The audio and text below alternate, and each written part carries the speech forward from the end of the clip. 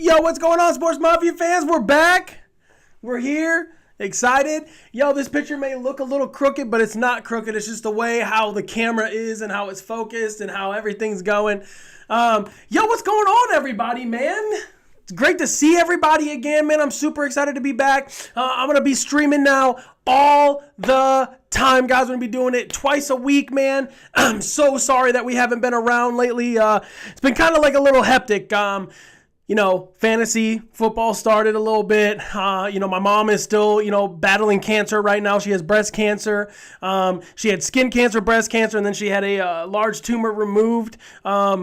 So we just been kind of, focusing on that a little bit. Luna's not feeling all that hot, guys. She's got kidney failure right now, along with some heartworms. So we're trying to get her all taken care of, trying to get my mom all situated. But guys, I'm back. We're ready to go. I'm excited to come back for you guys. I've missed everybody because I don't do this show for myself, man. I do it for you guys so that y'all can have a voice, so that you guys can, tell me everything that you guys have in store for us for sports. I'm actually going to be adding a couple new features to the show, which is going to be super cool. I'm going to have a little...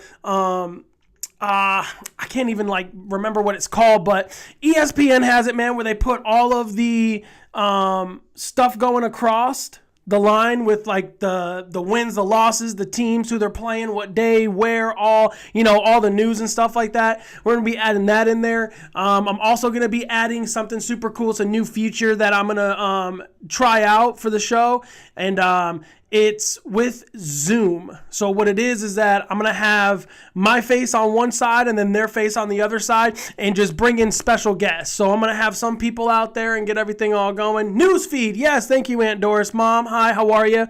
Aunt Doris, what's going on? So yeah, guys, just super sorry. It's been kind of, a rough couple of months for Luna. For my family, of course. So, we're back, we're ready. I'm ready to get back to it. So, Luna Rouge, you want to say hi to everybody? Come on. You want to say hi? Come on. No? You don't want to? Hedwig, you want to come say hi? No? You're both sleeping? Okay. All right. Well, I got my dog and my little kitty cat that we just got. Ain't that right, little Hedwig? Are you happy now? You're just hanging out? Yeah? Okay. All right. Guys, don't forget to like, subscribe, turn on notifications, man. Be ready for the show. Guys, let's talk baseball real quick. It's playoffs. It's ready. We got every single team that has now made the playoffs. We have a total of 6 teams on each side. So that's 12 teams altogether.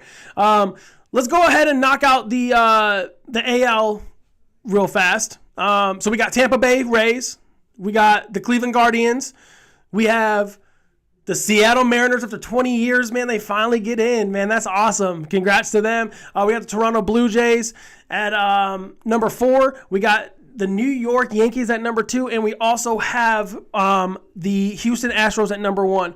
The Yankees were the hottest team back in the way before the regular season. They were the hottest team out there, man. They just couldn't be stopped. They couldn't lose. Aaron Judge hit his 62nd home run, man. He finally passes Roger Maris, and I gotta say congrats to Aaron Judge, but man, the Houston Astros just kind of snuck up along with Seattle.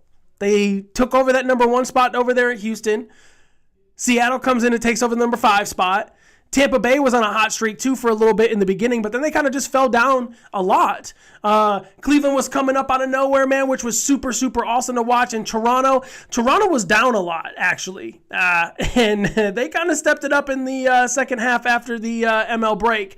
Let's go over to the NL real quick. We got Philly at 6.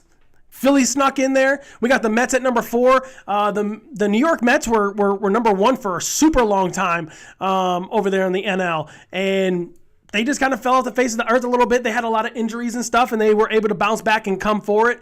We got the San Diego Padres, number 5. I don't think Fernando Tatis is going to see the field until next year.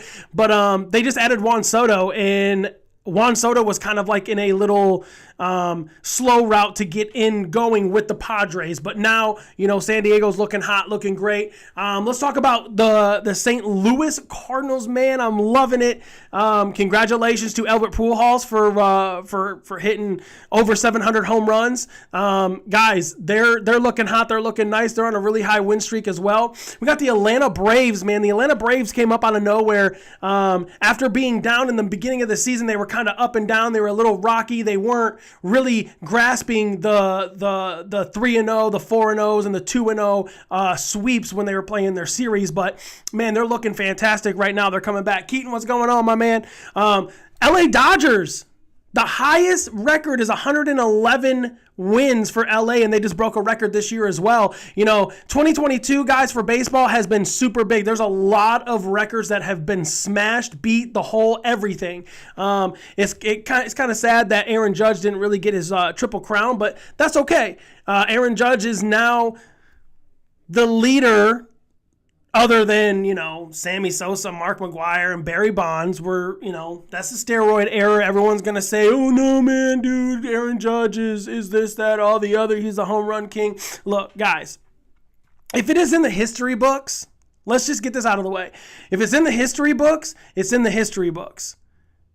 Barry Bonds is still the greatest home run hitter of all time. Mark McGwire is second. Sammy Sosa is third. Aaron Judge is fourth. Okay? Just stop with the argument. If it's in the history books, it's in the history books. All right? You can't do anything about it. So sorry. Guys, I'm going to go over who I think is going to win the World Series, and tell me what you guys think. Tell me who you guys think is going to win the World Series. I got Tampa Bay losing to Cleveland. I got Cleveland playing the Yankees. I have Seattle beating the Blue Jays. I have the Yankees beating Cleveland. Going on to the postseason finals before they go on to the World Series. I also have, I really want to see Seattle do it. I want to see Seattle make it, but unfortunately, Houston's going to beat you. I got the Yankees going on to the World Series. Now let's go over to the NL real fast. I got the Padres beating the Mets. I get it. DeGrom and Strawbirds they're all doing fantastic. Okay, I get it that they are the two best pitchers in the league right now. But there is just something about this San Diego Padres defense and Manny Machado and Juan Soto being on the same page. I just don't see the Mets taking San Diego out of the equation. Looking at St. Louis and Philly, I got St. Louis. St. Louis is still hot, man. They're on fire. They got something to prove this year. Albert Pujols wants to win that ring for his one final farewell goodbye, which I hope he stays for another 3 years because I want him to be the home run king. It'd be super awesome to see in 2024, 2025, Albert Pujols at the very top so we can see history in the making and just let it go all over again. I got the Braves beating St. Louis. I got them going on. I really want to see the San Diego Padres beat the Dodgers, but it's not going to happen. Okay, let's just be real here. It's not going to happen. You got Mookie Betts, you got Freddie Freeman. The list just goes on and on about the Dodgers and who they have for their defense, their pitching staff, and their second. It just goes on and on. So this is where it gets tricky because the Braves won last year for the World Series. I got the Dodgers going to the World Series to face the New York Yankees. Now, my wife's a Yankees fan, okay? If I want to look at it, statistics and all that stuff, what I have to say is this. Both of these teams, the Yankees and the Dodgers, they match up equally, okay? They do. They match up 100% equally. Pitching, batting, defense, outfield, first base, whatever. They all line up equally. It all comes down to who can hit the most runs drove in, who can place the ball in contact, who can play it in the field, and who doesn't have to always hit a home run. Well, unfortunately, the Yankees are a home run hitting team this year. It's proven. Fact. The Dodgers, on the other hand, they're more of a consistent hitting team. Fact. Correct. I think that it might go to game 6 or 7. Well, actually, it's going to go to game 6, but if it goes to game 7, the Dodgers have something to prove. I got the Yankees winning if it goes to game 7. If it goes to game 6, I got the Dodgers. So I'm a little on the fence. I know. I understand. I get it. David, you got to pick a team. I'm going to go with Freddie Freeman getting his second ring, and I got the Dodgers winning the World Series. Would love to see the Yankees do it after their 27-year drought. But just looking at the teams, Dodgers all the way. I think the Dodgers are going to win it. My wife's probably going to watch back at this, and she's going to go, "Are you kidding me? Are you kidding me? You're sleeping on the couch." Or you know what? Better yet, here's a tent. Go sleep out in the front yard. You got it. But just looking at the teams, I got the Dodgers. Unless San Diego or the Braves or San Diego take them out, and then looks like I'm wrong, right? My prediction is wrong. All right, guys, let's get into some football. Let's talk about it. All right, let's talk about the who is leading in passing yards, rushing yards, receiving yards, interceptions, and let's end it at that because I got to watch the game, okay? The game's on today. Oh, and tackles. We'll do tackles too. So we'll do passing, rushing, receiving, tackles, and interceptions. The game is on tonight, so I kind of want to run through that as well. So let's start with the game. We got the Indianapolis Colts versus the Denver Broncos, which I don't see Denver doing so much now that Javonte Williams is down, all right? He's out for the year. He's not coming back for this year. It was a little scary to watch Jerry Jeudy go down because Jerry Jeudy is an injury-prone wide receiver. It's super scary to watch that, especially after how many wide receivers that they have out, okay? I'm looking at Indy, okay? Jonathan Taylor is out with an ankle injury today. If you have him in your fantasy, run right now, grab your phone, switch it out. Just hear me out, okay? I told everybody before the season started that Jonathan Taylor is not going to be that guy this year for various reasons, okay? And I'm going to tell you all the various reasons why. They are finding out how to stop him, and how they're stopping him is super, super simple, okay? They're running something is similar to a Tampa 2, all right? When the ball is hiked, you'll see Jonathan Taylor on 80% of his routes swing right, swing left, go up the middle, do a little stop button curl, okay? That's what he does. They are now playing zone defense on Jonathan Taylor. Jonathan Taylor's not going to be the same running back that he was, all right? Unfortunately, sorry, guys. I wasn't going for him, nor was I going for Ezekiel Elliott, and guess what? I got stuck with Ezekiel Elliott because he was the best pick at that time, all right? But being in the first round, looking at how many other running backs were there, I picked up Nick Chubb. I ran Nick Chubb in 2 of my leagues. I got Najee Harris in one of my leagues, and I have Dalvin Cook in one of my leagues. So when I look at what the Indianapolis Colts have to offer on offense, it's really just Michael Pittman Jr. That's really all they have as a secret weapon. It's not really a secret, but he's on the DL, and he hasn't been really playing that high lately this year. And we'll go over that, and I'll show you what the yards are, his receptions, his targets, his whole 9. So I got the Indianapolis Colts losing tonight. I got the game being 28-21. I think that Russell Wilson isn't going to be playing at his high caliber this year. Nor do I think that the Denver Broncos are going to be a playoff contending team. I don't see it. Unless they can get all their wide receivers back some magical way within the next 3 weeks, then they'll be golden. Or if they can get Williams back but it's not going to happen, guys. So Denver's out of the playoffs, in my mind. Everybody else has their own opinion. Y'all can, make your own opinion. Indy is most definitely out. I mean, you tied with the Texans. That makes no damn sense, but whatever. But there is a team that is super, super, super, super surprising to me. There's actually 2 of them. And that's Philly and the Giants. Saquon Barkley is blowing it up right now. Saquon is having an amazing year. I mean, the dude right now is literally the number one rusher in the league with Nick Chubb. Cordell Patterson is out, so we won't really talk about him as much. But Josh Jacobs, I'm looking at Derrick Henry is low right now at the moment. Dalvin Cook isn't doing what he's really supposed to be doing. Lamar Jackson is on this rushing list. Like it's really, really, really weird. This season's super weird because all the teams are super stacked. Every single team is almost stacked besides Indy, Pitt, Houston, and New England, and the Saints. I mean, all the other teams are stacked. I don't understand what Carolina's deal is. I mean, Carolina, you got DJ Moore and Robbie Anderson and Sonolt. You got Christian McCaffrey.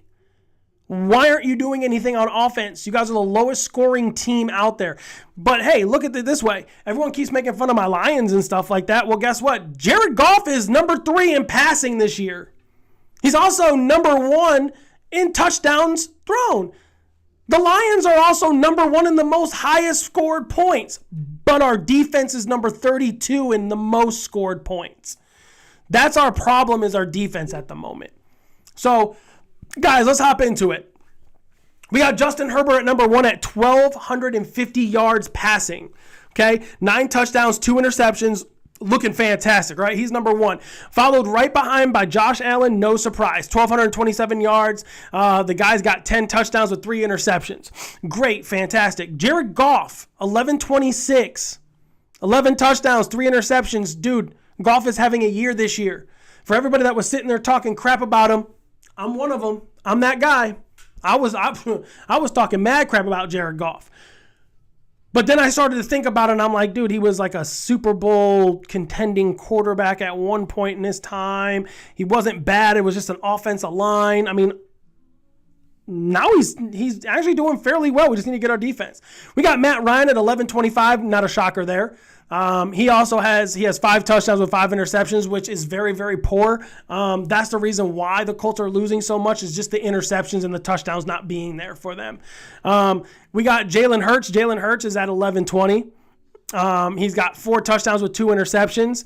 That's kind of a shocker to me a little bit. I would like to see the touchdowns go up a little bit more and the interceptions kind of stay where they're at. If he can just throw at least 2 or 3 touchdowns a game, bro, you'll be on top for sure. I mean, he is literally the best quarterback in fantasy because he averages 25 points a game. I have him in 3 of my leagues, and I love the way how Jalen Hurts is playing because he averages 25 points a game for fantasy. That's why I snagged him. I have him and Josh Allen, so I'm not doing too bad right now.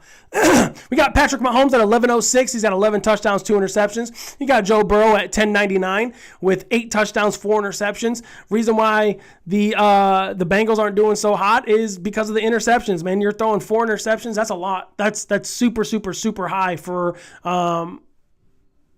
Super Bowl contending quarterback. That's a lot. Especially when it's only been, I think, 4 weeks in. You got Tom Brady at 10.58. Tom Brady has 6 touchdowns with 1 interception, but they're just not calibrating on on defense. And also, they don't have Julio Jones right now. Mike Evans was suspended because he decided to, yo, man, that's Tom Brady. He went in and defended Tom, which is cool, man. Congrats. Awesome. I would probably do the same thing. You got Derek Carr at 10.38 with 6 touchdowns, 4 interceptions. You got Geno Smith. Whoo, what a year that man is having. He was the best backup quarterback in the league for such a long time, but then now that he gets that actual starting position for the Seahawks, he's actually looking really, really, really well. But then again, you did just play the Lions defense, who was number 32 in the league, points allowed. So I'm looking at him. He's got a 10.37, 6 touchdowns, 2 interceptions. Tua Tagovailoa, man, hope you get better, man. I know that was a hard hit that you suffered. He had a concussion early on against the Bills, and they let him go back in and play. And then when he went and played, I think it was Monday night. I think it was Thursday night. He went down against Cincy and hit the back of his head really, really, really hard. And what happened is when they were pulling him down, you could see the way how his head snapped back and hit the turf. That's what made the neck injury and the contusion to the concussion. But he's at 8 touchdowns with 3 interceptions. Man, he had a fire game against the Ravens, came back and won. That was an amazing game to watch. But I do think that game was a little bit rigged. If you watch it a little bit on how Tyreek just ran the streak and Queen just kind of sat there. He just sat in his position still and he backpedaled maybe 2 or 3 times and then doesn't make any sense when you're running a cover 3, but all right. Kirk Cousins at 10-31 with 6 touchdowns, 4 interceptions. That's the sole reason why that the Vikings are not winning is because Dalvin Cook isn't running like himself, and also you're throwing 4 interceptions. I mean, that's 1 interception every game. That's a terrible, terrible turnover cost right there. We got Carson Wentz at 10-31 with 8 touchdowns. 8 touchdowns, 5 interceptions. Reason why Washington Commanders are not standing up is because of the 5 interceptions, man. That's literally 1 1/4 every single week that you play. That's why Scary Terry isn't getting the ball. It makes no sense to me why you're not passing the ball to your main target while Juan Dobson is literally being double covered and you throw it right into that window where only the safety can pick it off and the safety ends up picking it off and you guys ended up losing both games because of that. Matthew Stafford's at 10-15. He's at 4 touchdowns, 6 interceptions. Man, it's kind of sad to kind of see the Super Bowl defending champions kind of go down a little bit. But here's the problem. When I look at Matt Stafford's not idolizing Allen Robinson. But Allen Robinson isn't running those slick routes because the game that the Rams play is set up for success for Cooper Kupp, not success for anybody else. So he's going to look one time and just see Kupp and just fire it into Kupp every single time. They run these little 5, 10, in route, out route, slant routes, little stop and go, button hook routes. They're just not getting Allen Robinson in the game as much. Their running game is actually really, really terrible with Cam Akers and Darnell Henderson. It's actually pretty pitiful to watch the Rams play. Their defense just isn't up to standard right now either. I'm watching Bobby Wagner just lets Deebo Samuels just go right over top of the middle, catches the ball, runs for 10 yards.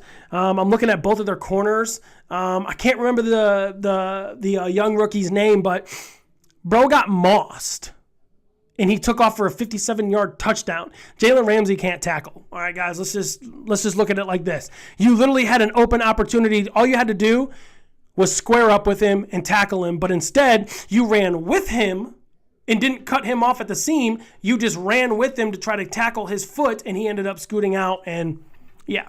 So that's the Rams' problems right now. The Rams' problem is that they're not getting Allen Robinson in the game as much. I think he has 1 touchdown in the past 4 weeks. He has under 100 yards receiving, which is super sad. But I would like to see them get Allen Robinson more in the game, and I would also like to see them take Cooper Kupp out less because it would help your offense open up a little bit more. I mean, he's also throwing it to Tyler Higbee, but everybody knows that Matthew Stafford loves his tight ends. I mean, that's a known fact. I mean, look at Ebron when he had T.J. Hawkinson. Same thing, man. He loves his tight ends. He'll always check it down. He'll throw it. He'll do whatever he can. Kyler Murray has 991 yards passing, 5 touchdowns, 2 interceptions. The thing with this team is that they're not idolizing their offensive line is not picking up blocks. I'm also looking at what they don't idolize, and they don't look at other receivers. He looks at Marquise Brown the whole damn time. I mean, Rondale Moore hasn't had about 2 or 3 targets. Allison's the same way. That new young rookie that they have, I think he had 1 touchdown for 150 yards, but that was when Marquise Brown went out with that ankle injury. They're not working on their run game as well either. James Conner has been hurt a little bit here and there. Their defense isn't looking too hot, but guys, it's week 4. It's week 4. So I think they're gonna, start picking it up a little bit here.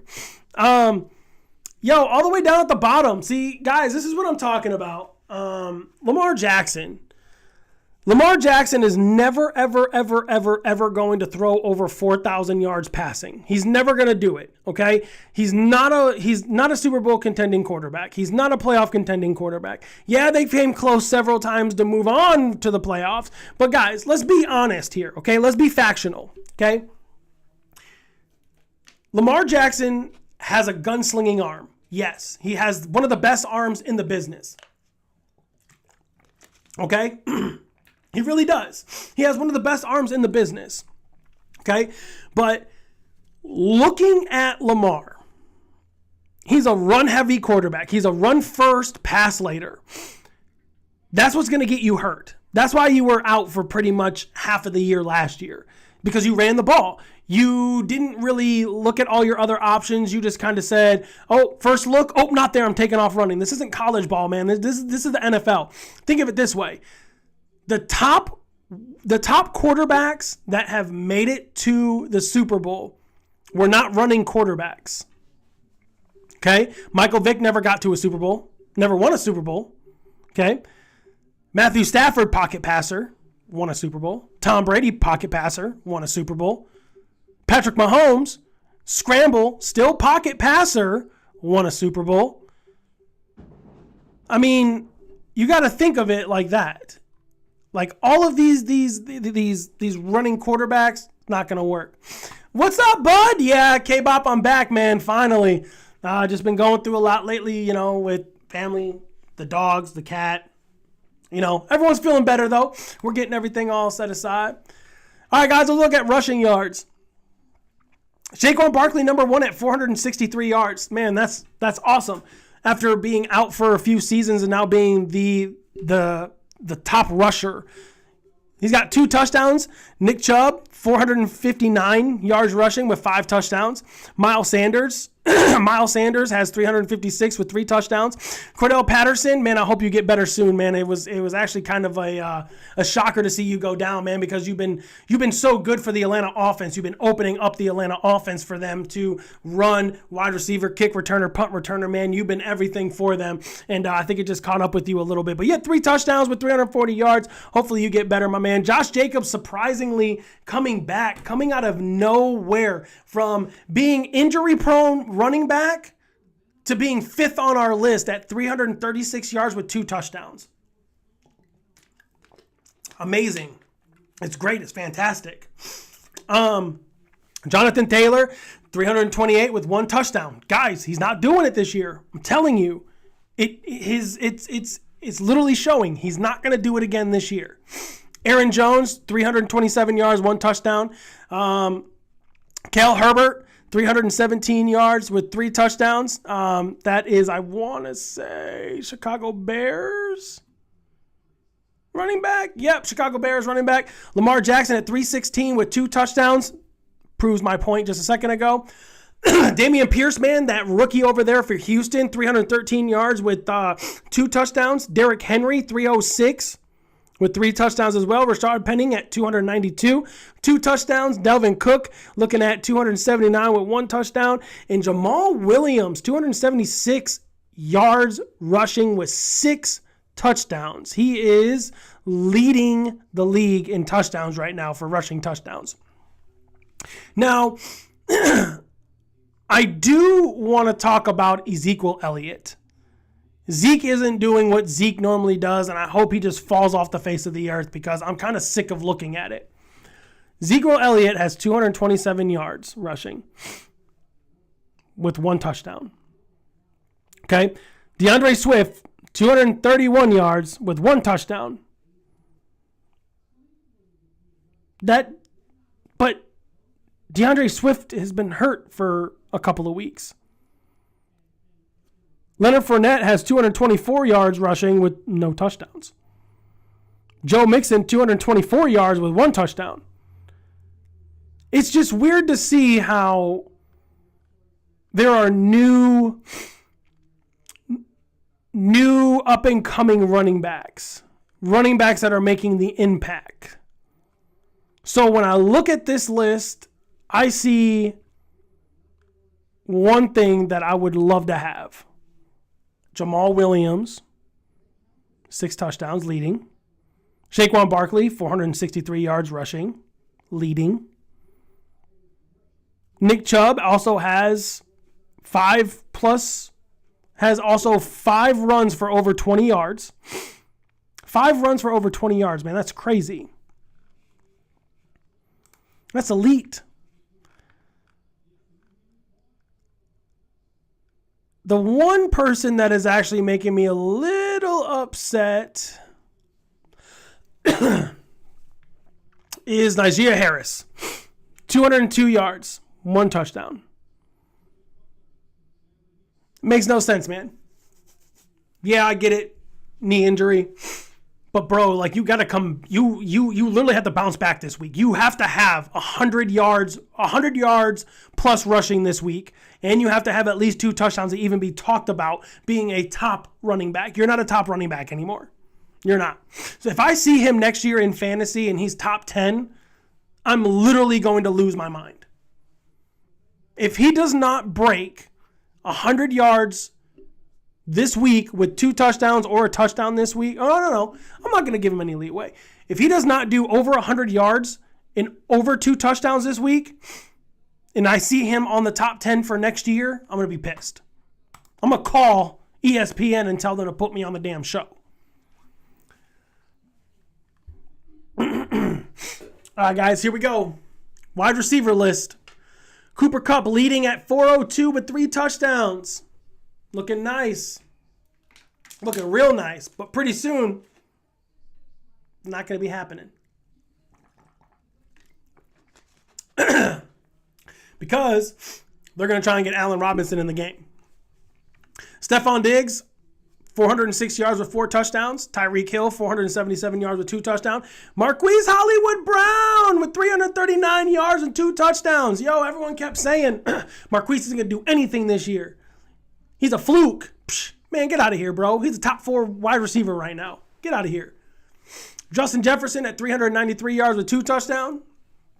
Austin Eckler, the running back, is taking over some wide receiver position here. 189 yards with 1 touchdown. 188 yards with 1 touchdown. Tyler Lockett is at 302 yards with no touchdown. Devontae Adams has 3 touchdowns with 290 yards receiving. And let's do one last one because there's a lot of people on this damn list. Tyler Higbee, 244 yards and 0 touchdowns. It's a lot of people on this list. Now, the really cool thing is that A.J. Brown is leading the league in yards. 404 yards. He has 2 more yards than Cooper Kupp. Crazy. All right, guys, let's go to your solo tackle leaders. Zion Franklin, 28. Raquan Smith, 22. Miles Jacks, 21. Brooks, 21. Jonathan Owens, 22. C.J. Mosley, 16. Pete Warner, over there for the Saints, 31. 31 solo tackles. That's crazy. That's amazing. That is insane. That's actually really, really good. All right, let's look at interceptions. Jordan Poyer, 4 interceptions. Micah Fitzpatrick, 3. Eddie Jackson, 3. Marcus Williams, 3. Von Bell, 2. James Bradbury, 2. Trayvon Diggs, 2. Jamal Dean, 2. Andre Sisco, 2. Bryce Callahan, 2. Darius Slay has 2. There's a lot of players on here. The one that I'm super weird not to see on here is Sauce Gardner, to be honest. To be strictly honest with you, I'm actually a little weirded out that Sauce Gardner isn't on there. All right, guys, let's talk about wins. Wins for this week. I got Denver winning this week against the Colts tonight at 8:15. I got New York beating Green Bay. I got Buffalo smoking Pittsburgh. I got Cleveland losing to the Chargers. I got Houston finally bringing out their number 1 win against Jacksonville. I got Minnesota winning against Chicago. I got Detroit beating New England. I got the Seahawks losing to the Saints. I have the Jets beating Miami. I have Tampa beating Atlanta. I have Washington beating Tennessee. I have Arizona possibly putting up Philly's first loss of the season and last loss of the season. No, I'm just kidding. First loss of the season. Arizona's going to win. I got Dallas beating LA Rams. I have I have the Bengals beating Baltimore. And on our Monday Night Football, I got Kansas City blowing out Las Vegas Raiders. So, guys, there's my wins. There's my losses. Who do I think is going to be the highest team of the week scoring? Detroit. Detroit's going to have at least over 30 points like we've been doing all week. All month. Over 30. Detroit's going to have over 30 points. Upset is going to be Arizona versus Philly. I think Arizona is going to beat Philly this week. I think that Philly isn't going to connect in Arizona. That's just my personal opinion. I may be wrong, guys, but I do think that Arizona is going to beat Philly, and I hope that everyone's watching is not a Philly fan, but I got Arizona beating Philly. I got San Francisco beating Carolina. Even though I'd love to see Carolina finally get, another win on the tally board. But the problem is that Baker Mayfield is now the problem in the locker room. Okay, now we all know that he's the problem in the locker room. Odell Beckham wanted to trade from Cleveland because of Baker Mayfield. Now DJ Moore wants a trade. DJ Moore wants a trade now. And it's really sad when you go somewhere and no one's 100% on with you, Mayfield. But maybe it's time for you to step down and let Sam Darnold come in when he comes back from his injury and let him play, because you're not the answer over there at Carolina. My personal opinion. Everyone else has opinions as well. But, how it goes.